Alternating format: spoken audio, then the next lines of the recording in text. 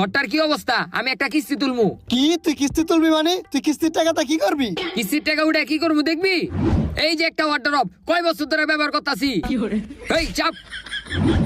এই যে একটা ভাঙ্গা খাটটা, এই ভাঙ্গা খাটটা কয় বছর ধরে ব্যবহার করতাছি, আর তুই কস আমি কিস্তি উঠে কি করবো?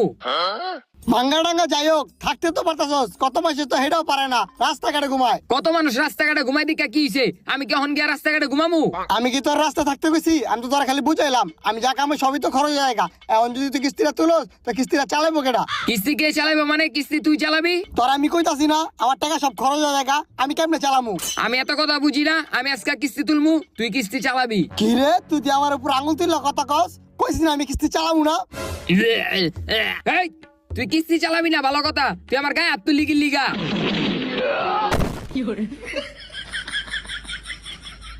তুই আমারে ঘুষি দিলি, তোর আজকে খবর আছে।